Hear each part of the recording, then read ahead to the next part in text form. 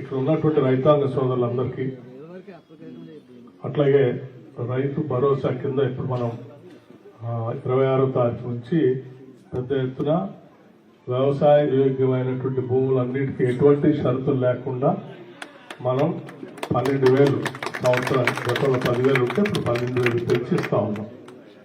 అట్లాగే భూమి లేని వ్యవసాయ కూలీల కుటుంబాలకి కనీసం 20 రోజులు ఈజీఎస్ లో పనిచేస్తున్నటువంటి వాళ్ళందరికీ సంవత్సరానికి 12,000 రూపాయలు ఇచ్చే కార్యక్రమం కూడా చేపట్టాం.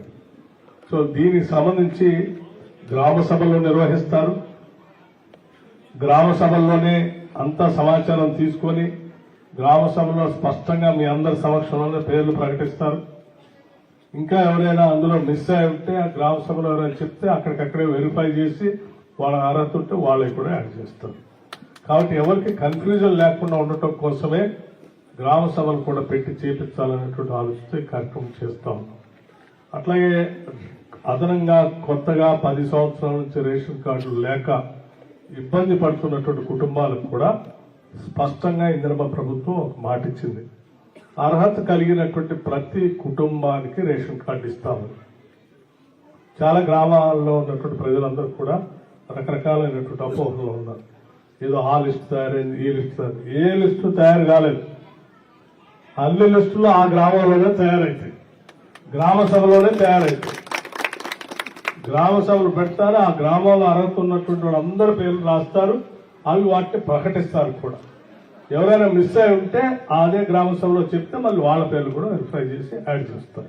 కాబట్టి ఎవరు కన్ఫ్యూజన్ పెట్టుకోవాల్సిన అవసరం, ఎవరైనా చెప్తే నమ్మాల్సిన అవసరం కూడా లేదు.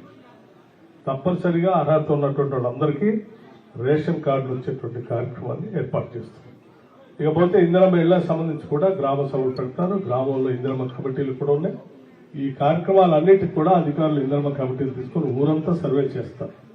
రైతు భరోసా కానీ, ఇందిరమ్మ ఆత్మీయ భరోసా కానీ, రేషన్ కార్డులు కానీ, లేకపోతే ఇందిరమ్మ ఇళ్లు కానీ, వీటన్నిటి కూడా అధికారులు ఊరంతా తిరిగి ఆ తిరిగే క్రమంలో ఇందిరమ్మ కమిటీలు కూడా తీసుకొని స్పష్టంగా నిష్పక్షపాతంగా మొత్తం ఏర్పాటు చేసుకొని అవి చేసుకున్న తర్వాత మళ్ళీ గ్రామ సభలు పెట్టి ఆ గ్రామ సభలో ఆ లిస్ట్ అంతా ప్రకటించి అందులో ఎవరైనా మిస్ అయి ఉంటే మళ్ళీ వాటిని కూడా యాడ్ చేసుకొని ఫైనల్ గా లిస్టు ప్రకటించబడి మీకు ఆ ప్రకటించిన లిస్టులో అదే గ్రామంలో రైతు భరోసాకి, ఇందిరమ్మ ఆత్మీయ భరోసాకి సంబంధించిన ఏంటి మంజూరు అయినటువంటి పత్రాలు కూడా ఇదే గ్రామంలో ఇస్తారు మీకు అందరి సమక్షంలో. దానివల్ల ఎవరికి కన్ఫ్యూజన్ లేకుండా ఆ పత్రం తీసుకొని తెల్లారి బ్యాంకులో భవనంలోనే అది చూపించడం. ఇది సిస్టమ్ ఏర్పాటు చేసేది. ఎందుకంటే